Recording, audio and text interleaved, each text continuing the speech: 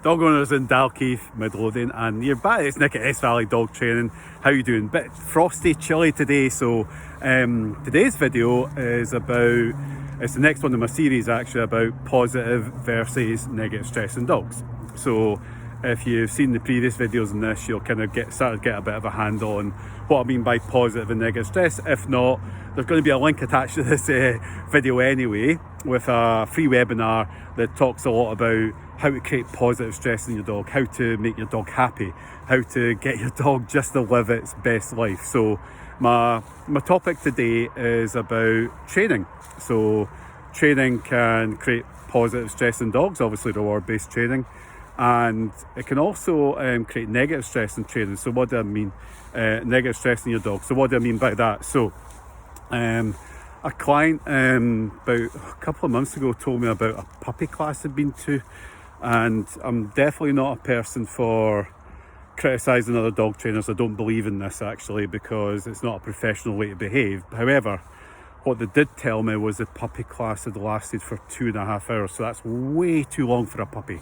That is overtraining your dog, and so it's possible to overtrain your dog, and your training can actually have a negative effect. It can cause negative stress in the dog because you can push your dog too far.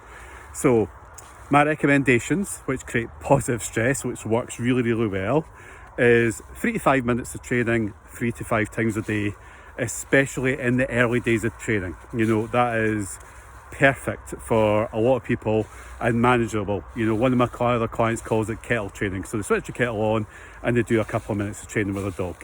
Doing that repetitively over a period of time creates lots of positive stress, lots of good feeling, especially the dog's enjoying what it's doing, and that's a really, really good thing to do. And the other thing I advise people to do is train when you walk. So if you walk your dog, you've got time to train your dog, but just do lots of little bits of training in your walk. Just stop every now and again and do a little bit of training. So there's definitely ways with training where you can overtrain and you can do too much with a dog, and that can create negative stress.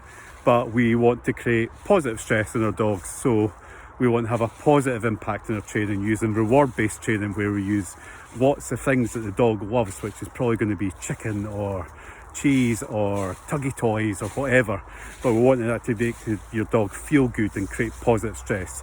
So there's a lot more to this than that, and the link attached to this video for the free webinar, it's a great webinar which talks through a lot of simple changes you can make to your dog's life that will create a great life for your dog, to help your dog live their best possible life. So follow the link, it's absolutely free, and enjoy.